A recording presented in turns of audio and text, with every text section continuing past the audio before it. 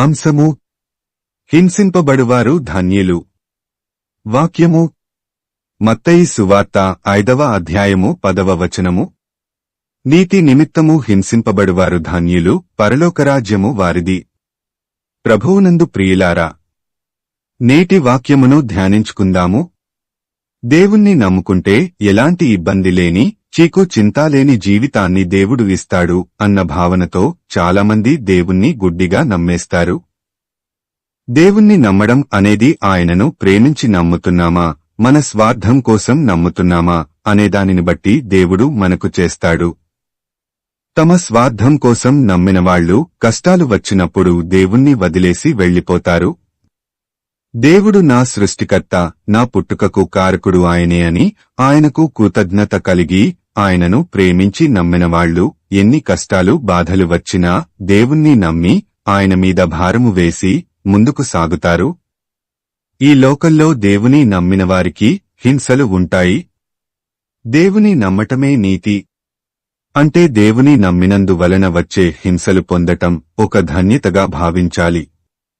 దేవుణ్ణి నమ్ముకుంటే ఎలాంటి బాధలు లేకుండా సమృద్ధి అయిన జీవితం ఉంటుందని చాలామంది విశ్వసిస్తారు.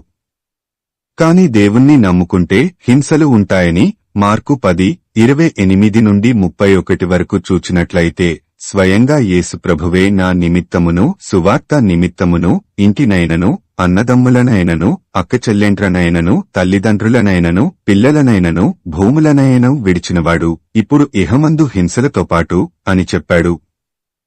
నా నిమిత్తం అందరినీ విడిచిపెడితే ఇప్పుడు ఇహమందు హింసలతో పాటు అని చెప్పాడంటే హింసలు తప్పవు అని. కాబట్టి దేవుణ్ణి నమ్మిన తర్వాత మనకు హింసలు వచ్చినప్పుడు యేసు ప్రభువు ఈ విషయం ముందే చెప్పాడని గ్రహించి బెంబేలెత్తకుండా సంతోషంగా స్వీకరించాలి. యేసు ప్రభువును నమ్మితే కష్టాలన్నీ తీరిపోతాయి, ఎలాంటి బాధలు ఉండవు అనుకునేవారు ఎక్కువ కాలం క్రైస్తవులుగా ఉండలేరు. ఎవడైనను క్రైస్తవుడైనందుకు బాధ అనుభవించిన ఎడల అతడు సిగ్గుపడక ఆ పేరును బట్టియే దేవుని మహిమపరచవలెను. 1 పేతురు 4:16. యేసుప్రభువు శిష్యులు మరియు ఆది సంఘములో అనేక మంది యేసుప్రభువును నమ్మినందుకు చిత్రహింసలకు గురిచేయబడి హత్సాక్షులయ్యారు. వాళ్లని ఎవరినీ యేసుప్రభువు కాపాడలేదు. మనం మాత్రం అలా యేసును నమ్మగానే ఇలా కష్టాలన్నీ ఎగిరిపోయి సుఖవంతమైన జీవితం దేవుడు ఇవ్వాలని కోరుకుంటాము. కాబట్టి దేవుణ్ణి నమ్మగానే మన జీవితాలు ఎంతో ఉన్నత స్థితికి వెళ్తాయి. దేవుడు మనకు సర్వసమృద్ధి అనుగ్రహించి కష్టాలు లేకుండా చేస్తాడు అన్న భావనతో దేవుని నమ్మినవారు హింసలను ఎదుర్కోలేక దేవుణ్ణి వదిలేస్తారు. అలా కాకుండా దేవుని ప్రేమించి దేవుని నుండి మేలు మాత్రమే కాక కీడు కూడా అనుభవించడానికి, హింసలను ఎదుర్కోటానికి మానసికమైన సిద్ధపాటుతో దేవుణ్ణి నమ్మినవారు ఏ పరిస్థితుల్లో కూడా దేవుణ్ణి వదలరు. కేవలం ఈ లోకంలో జీవించడానికే యేసుని నమ్మితే మనకంటే దౌర్భాగ్యులు ఎవరూ ఉండరు. ఈ జీవితకాలము మట్టుకే మనము క్రీస్తునందు నిరీక్షించువారమైన ఎడల మనుష్యులందరికంటే దౌర్భాగ్యులమై యుందుము. 1 కొరింథీ 15:19.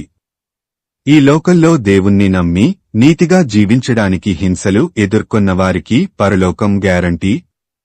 ఎలాంటి స్థితిలోనైనా దేవుణ్ణి వదలక ఆయనను హత్తుకొని ఉండటానికి నీవు సిద్ధమా?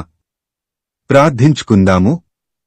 ప్రభువా, ఈ లోకంలో మేము జీవించినంతకాలము ఎన్ని హింసలు ఎదురైనప్పటికీ మా నీతిని వదలకుండా నిన్ను బట్టి ధైర్యంగా జీవించేలా మాకు సహాయం చేయమని యేసయ్య నామమున అడుగుతున్నాము తండ్రి. ఆమేన్.